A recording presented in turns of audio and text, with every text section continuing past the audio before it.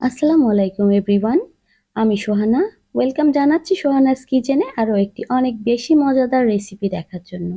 অবশ্য একটি না, এই ভিডিওতে আপনারা দুটো রেসিপি একসাথে পাবেন। আজ বানাবো ম্যাঙ্গো মালাই ডেজার্ট। পাকা আম দিয়ে এত মজার একটা ডেজার্ট বানানো যায়, না বানালে বিশ্বাসই করবেন না। দেখতে যেমন সুন্দর, খেতেও অসম্ভব মজার। এই ডেজার্টটি আশা করছি আপনাদের কাছে ভালো লাগবে। তো চলুন কথা না বাড়িয়ে শুরু করি। তো আমাদের প্রথমে লাগবে পাকা আম। তো আমি এখানে 4টা পাকা আম নিয়েছি, আর আমগুলো অবশ্যই মিষ্টি দেখে নেবেন। তো আমগুলোকে আমি টুকরো করে নিলাম, এবার ব্লেন্ড করব। তো ভিউয়ার্স, আমগুলোকে আমি খুব ভালোভাবে ব্লেন্ড করে নিচ্ছি। এই তো হয়ে গেছে। তো এটাকে এবার আমি ছেঁকে নেব। তো এই তো ভিউয়ার্স, ছাঁকা হয়ে গেছে। আমি একটা নেটে এই আমের পিউরিগুলো খুব ভালোভাবে ছেঁকে নিয়েছি। এবার আমরা চলে যাব চুলার প্রিপারেশনে। এখানে আমি একটা প্যানে আমের পিউরিগুলো দিয়ে দিলাম।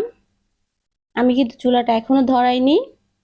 দিয়ে দিচ্ছি আধা কাপ পরিমাণ চিনি। তো আমটা কেমন মিষ্টি তার উপর ডিপেন্ড করে আপনারা চিনিটা দিবেন।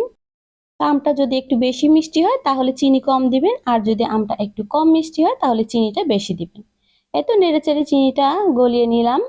এখন আমরা এর মধ্যে দিয়ে দেব একটু ম্যাঙ্গো ইমালশন। তো ভিউয়ার্স, এখানে আপনারা ম্যাঙ্গো এসেন্সও ব্যবহার করতে পারেন, আবার ইচ্ছা করলে এগুলোকে স্কিপও করতে পারেন। তো আমি আধা চা চামচ ম্যাঙ্গো ইমালশন দিয়ে দিলাম। আর রংটা আরেকটু সুন্দর আনার জন্য দিয়ে দিলাম সামান্য একটু জর্দার রং। তো এগুলোকে সম্পূর্ণ স্কিপ করতে পারেন যদি আপনাদের ভালো না লাগে। এই তো একটু নেড়েচেড়ে মিশিয়ে দিলাম। এবার এটাকে কিছুক্ষণ জাল করে নিলাম। জাল করার পরে এটা বেশ ঘন হয়ে গেছে, দেখেন। তো চুলার আঁচটাকে আমরা এবার একটু কমিয়ে দিব। আর আধা কাপ পরিমাণ সুজি আমরা অল্প অল্প করে এই আমের মিশ্রণের সাথে অ্যাড করব। তো অল্প অল্প দিতে হবে, আর এভাবে নেড়েচেড়ে সুজিগুলো মিশিয়ে নিতে হবে। একবারে দিতে যাবেন না, তাহলে কিন্তু এটা দলা পেকে যাবে। এই তো আমি অল্প অল্প করে দিচ্ছি, আর এভাবে নেড়েচেড়ে মিশিয়ে নিচ্ছি। আর চুলার জালটা কিন্তু অবশ্যই লোতে রাখতে হবে ভিউয়ার্স। এটা হয়ে গেছে সুজিগুলো দেয়া। এবার আমি দিয়ে দিচ্ছি 4 টেবিল চামচ গুঁড়ো দুধ। এবারও কিন্তু আমি চুলার আঁচটাকে একদম লোতে রেখেছি। এই তো ভিউয়ার্স, খুব ভালোভাবে আমের মিশ্রণের সাথে গুঁড়ো দুধটা মিশিয়ে নিচ্ছি। তো এভাবে আমরা এই মিশ্রণটাকে 4 থেকে 5 মিনিট জাল করে নেব, আর চুলার আঁচটা লোতেই থাকবে।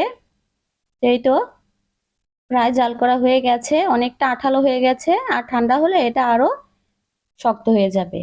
তো ভিউয়ার্স, ঠান্ডা করে তারপরে ফিরে আসছি। এতে ভিউয়ার্স, আমাদের আমের মিশ্রণটা কিন্তু ঠান্ডা হয়ে গেছে। তো আমি একটু হাতে তেল মেখে এভাবে মিশ্রণটাকে মথে নিয়েছি। এখন এই মিশ্রণ দিয়ে আমরা বল তৈরি করব। তো হাতে একটু তেল মেখে নিলাম। সয়াবিন তেল মেখে নিয়েছি, সরিষার তেল ব্যবহার করা যাবে না।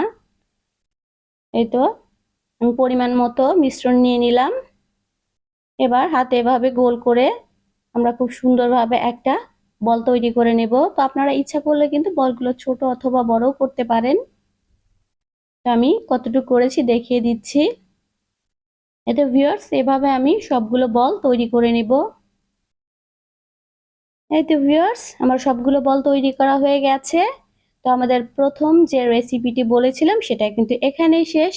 এই বলগুলো আমরা কিন্তু এভাবেই পরিবেশন করতে পারি, খেতে কিন্তু অনেক মজা। তো যেহেতু আমরা মালাই ডেজার্ট তৈরি করব, এজন্য চলে যাচ্ছি পরবর্তী স্টেপে। তো এখানে বলগুলোকে আমরা স্টিম করব, এজন্য একটা স্টিমারে পর্যাপ্ত পানি ফুটিয়ে নিয়েছি, আর উপরে এই ছাঁকনিতে তেল ব্রাশ করে আমরা বলগুলো দিয়ে দিচ্ছি। এটা বলগুলো দেয়া হয়ে গেছে। এবার আমরা ঢাকনাতে ঢেকে মাঝারি আছে এটাকে 5 মিনিট সিদ্ধ করে নিব। তো ভিউয়ার্স, 5 মিনিট হয়ে গেছে, আর 5 মিনিটের বেশি কিন্তু সিদ্ধ করা যাবে না। তো এটাকে আমরা এখন উঠাবো না, ঠান্ডা হতে দিব। এদিকে আমরা মালাইটা তৈরি করে নেব। এজন্য প্যানে দিয়ে দিচ্ছি 1 লিটার পরিমাণ লিকুইড মিল্ক। তো এর সাথে মিশিয়ে দিচ্ছি আধা কাপ গুঁড়ো দুধ। তো একটা হ্যান্ড হুইপস দিয়ে আমি এটাকে খুব ভালোভাবে মিশিয়ে নিব। এই তো লিকুইড দুধের সাথে গুঁড়ো দুধটা খুব ভালোভাবে মিশিয়ে নিলাম। এবার দিয়ে দিচ্ছি আধা কাপ পরিমাণ চিনি। তো ভিউয়ার্স, চিনিটা কিন্তু আপনারা কম বেশি করে দিতে পারেন। এবার নেড়েচেড়ে এই দুধের মিশ্রণটাকে আমরা বলক উঠিয়ে নেব। তো বলক উঠে গেছে ভিউয়ার্স, এখান থেকে কিছুটা পরিমাণ দুধ আমি উঠিয়ে রাখছি, পরবর্তীতে কাজে লাগাবো। তো বাকি দুধটা আমি খুব ভালোভাবে জাল দিয়ে কিছুটা কমিয়ে নিলাম। তো ভিউয়ার্স, এবার আমি নিয়েছি 2 টেবিল চামচ পরিমাণ চালের গুঁড়ি। তো এর মধ্যে আগে থেকে উঠিয়ে রাখা যে দুধটা ছিল সেটা মিশিয়ে দিচ্ছি। আপনারা ইচ্ছা করলে পানি দিয়েও এই কাজটা করতে পারেন, তবে দুধ দিয়ে মিশালে খেতে ভালো লাগবে। তো আমি অল্প অল্প করে দিচ্ছি আর এভাবে নেড়ে মিশিয়ে মালাইটা তৈরি করে নিব। ভিউয়ার্স, কিছুতেই নাড়া কিন্তু বন্ধ করা যাবে না, তাহলে নিচে লেগে যাবে। এই তো মেশানো হয়ে গেছে ভিউয়ার্স। মেশানোর পরে আমি আরো 5 মিনিট জাল করে নিয়েছি আর আমাদের মালাইটা কিন্তু একদম রেডি হয়ে গেছে। আর এখানে আমি কোনো রকম এলাচ বা অন্যান্য কিছু ব্যবহার করিনি। তো বলগুলো আমরা দিয়ে দিলাম আর এই পর্যায়ে আমি চুলাটা কিন্তু বন্ধ করে দিয়েছি। সবগুলো বল দেওয়া হয়ে গেছে, দেখেন কতটা লোভনীয় লাগছে এখনই। একটু নেড়ে চেড়ে মিশিয়ে দিচ্ছি।